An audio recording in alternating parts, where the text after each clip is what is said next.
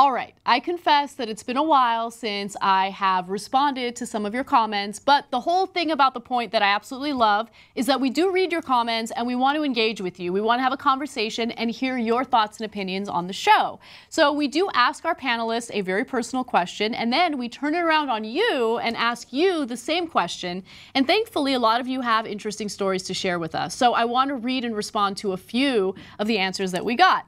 Now, for the question that I asked regarding athletes getting paid a ton of money, I said, in your opinion, what occupation is the most overpaid and which one is the most underpaid? Now, a lot of you had a really strong response in terms of how much athletes get paid. Nirad537 says, don't hate on athletes' money. These are only one of a few jobs where a regular lower and middle class can achieve the American dream without handouts or twisting the rules. I totally agree with you on that. Professional sports does create an opportunity for people to get themselves up in that economic ladder. But at the same time, I wish other professions gave you the same possibilities. Education is supposed to be the great equalizer in America, and unfortunately, that's under attack. So for a lot of people that are growing up in poverty, being a big celebrity or an athlete for some reason, or for a very good reason, is the only thing that they think can get them out of their bad situation, and that's discouraging. Melissa Lopez says, athletes and entertainers in general are way overpaid. People providing an actual service to society often struggle to get by. Many even work 2 jobs to make ends meet. These fuckers throw, kick a ball well or sing, act well, and let's give them millions to blow on stupid fucking shit that no one actually needs. Sorry, no one needs $10 million a year because they play sports. Well, it's just bullshit. So I understand Melissa's frustration. I do teach a journalism class at Cal State Northridge, and I remember when I was told what the salary would be, I was pretty shocked because professors, lecturers, they don't make much money and they're in charge of educating generations, right? So it's discouraging to see that. But at the same time, you have to consider the fact that these celebrities and athletes don't just get that money out of thin air. They get that money out of ticket sales and people who love them and are willing to go see them. So the real problem is society, I guess, idolizing celebrities and athletes. All right, so what other questions did I ask you guys?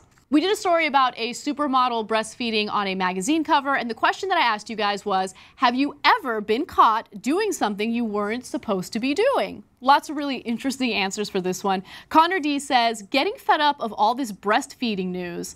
Breasts are a sexual organ. Showing them in public makes people uncomfortable. 27 replies later, he changed his tune a little bit. He said, look guys, I'm not that bothered. I'm just fed up with all these stories where women are surprised they can't just whip their breasts out, though I wouldn't be comfortable with my partner having her breasts out in public.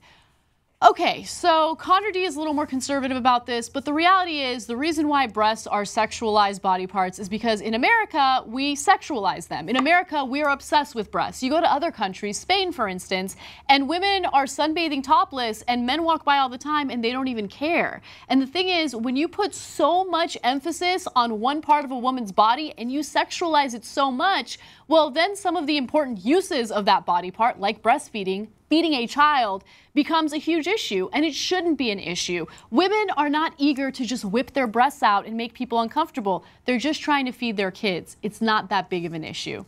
All right, what else is going on in the news and your responses to it? I asked the question, what's your biggest pet peeve when traveling? I love answering this question because I have a lot of pet peeves myself. Well, Spades Shades says the following. I completely agree, but I feel it's completely the mother's responsibility to warn the airline in advance and maybe even provide a doctor's certificate to guarantee her daughter has the correct treatment on any airline she flies with and the staff are prepared. I know this may sound harsh, but otherwise it opens up doors to all sorts of parents who could easily just pretend their kids have autism to try to bargain a hot meal by threatening their children will burst with rage, which is exactly what happened here. United shouldn't have made an emergency landing, but the woman has no right to sue. So he's actually, or she, is responding to a story that we did about a woman who was flying with an autistic child. She asked for a hot meal for the child, and apparently the flight attendant said no. And since the kid is autistic, she needs to have a warm meal or else she'll kind of throw a temper tantrum. And that's unfortunately what happened on the flight. So that was a pet peeve, not necessarily a pet peeve, but a response that you had. And I agree with that response. You have to kind of plan things out ahead of time to make sure that you get the accommodations that you need. All right, when we did the story about Meghan Trainor and her new music video possibly being sexist, I asked the question, do you think the music video is satire or sexist? Who should pay for dinner on a first date? Huh? All right, well, Razorlust, great username, okay, says anybody who thinks every song be written to depict their point of view is the person guilty of transposing their sexism onto others. Let people do what they want to do. You stereotyping them is part of the problem. If it's parody, fine. If she wants to live like a 50s housewife, that's fine too. Some people want to be a slave and some want to be the master. Got a sense of what he's doing in his love life. More power to them, whatever they choose, and the world needs to stop being so judgmental about everybody else's choices. And I've neither heard the song, watched the video, or had any intention of doing either. Her record company thanks you for the free publicity. Well, good. I'm glad that they thank me. But I think that that story did touch on some serious social issues that are worth discussing, which is why we do topics like that. But I think that you hit the nail on the head about a woman or people in general making decisions about how they live their own lives. I like an independent lifestyle. I like to be the alpha female. I like having a career, and I'm not very much of a traditionalist. But at the same time, I don't begrudge women who do want to be traditionalists. I think that we all live a very, very short lives, and we should do things that make us happy. All right, I'm going to read one more. We did a story about Chris Brown finding a stranger in his home.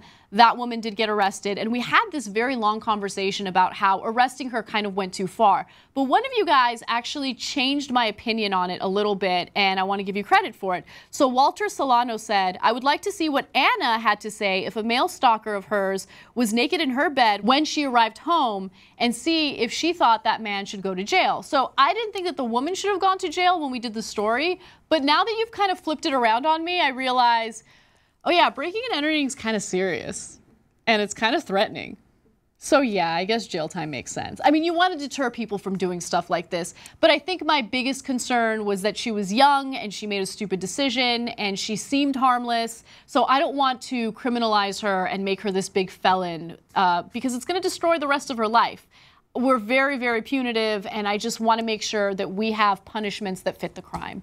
Anyway, guys, thank you so much for writing in. I do really genuinely love knowing who my audience is, reading your comments, reading your reactions, even if some of them are critical. I love you guys. I'm really glad that you watched The Point, and remember, never be afraid to make your point.